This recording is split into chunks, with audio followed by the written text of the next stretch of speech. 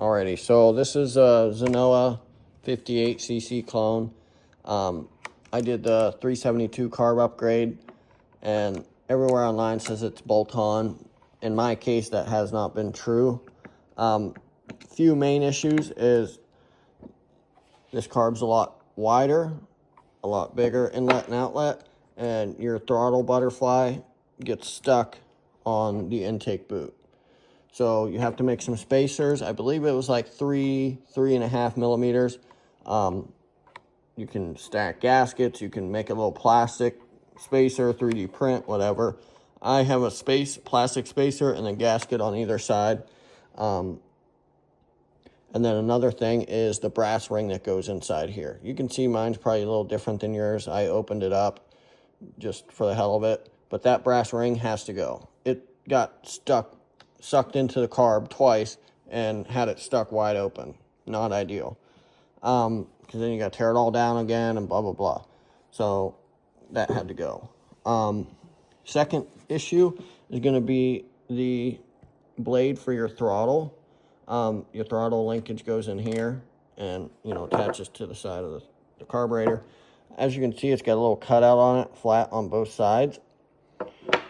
On mine, at least, the blade was bigger, the cutout was bigger on the new carburetor. So to use your old one, you have to kind of open the hole up a little bit and then use the screw to press fit it on there. Or you could drill a hole in it like I did with this one. I didn't end up using this one because I fought with the throttle getting stuck part of the way for like an hour. Come to find out, it was that throttle blade getting stuck. I had a spacer in there, but it wasn't enough. So, I didn't realize that was still my issue, so I was looking elsewhere, basically, because I knew I already had that spacer in there. So there's that. You'll lose that partial throttle on start feature, where it'll hold it at part throttle. Not a huge deal, whatever. The choke on this new carb, at least mine, doesn't have the positions. So it's either on full lock or it's not, which isn't a huge deal because you full choke it, pull it once, it'll sputter. I kind of push it in halfway and it'll stay. And then as soon as you pull it and start it, it'll suck itself back in. So it kind of works out perfectly.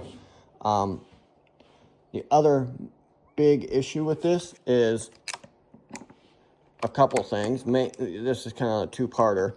This carburetor is way thicker. I'm trying to get it to stay in place. It is way thicker. So your first issue with that is you're going to run into clearance issues with your stock intake filter setup. This is ugly. Don't look at it. It's ported to hell and back, so it's way bigger. So I ended up blowing through because it's a cheap casting. So that was just temporary because I knew I had my new intake on the way. But yeah, so you'll have to trim this off. And it's just a little arm that kind of has a rubber grommet that sits here to help support it, etc. That's got to go because you end up farther back. And then, as you can see, I had to do the same thing on this new intake. And then the biggest issue is with the spacers, with the, the thicker carb, etc. Your bolts that bolt on the carburetor are no longer long enough.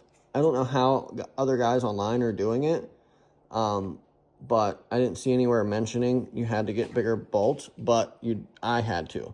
So nowhere local made them or had them, so I went and bought all thread.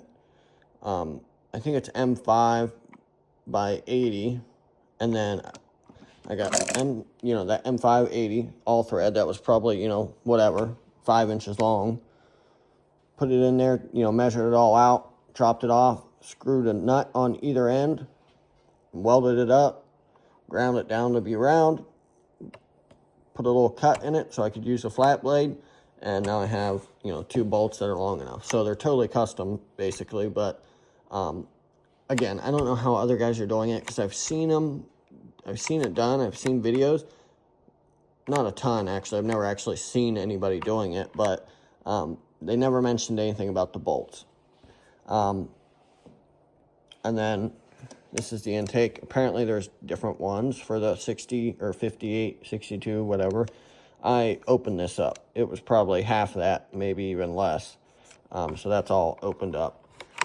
Let me see. I think that's everything.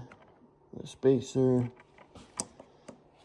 throttle. Oh, one last thing is the inlet or the pulse tube, whatever the hell you want to call it, comes out in a different spot. You can see it's in the side there versus on the top. So you just got to grab some needle nose pliers, and I just twisted this to where, because any other way it would just kink that hose. So I twisted it to come basically straight in line with where the hose was going.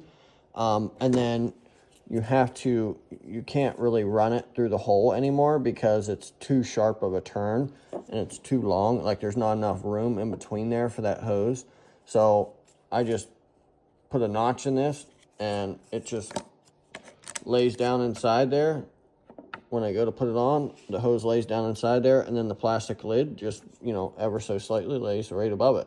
You just got to give yourself enough room there for the hose to fit and have that lid on. Other than that, it's pretty, straightforward. Like I said, it's annoying because everywhere it says it's bolt-on. That's definitely not the case. But it's easy enough if you have, access to the tools and the time to play around with it. But, yeah.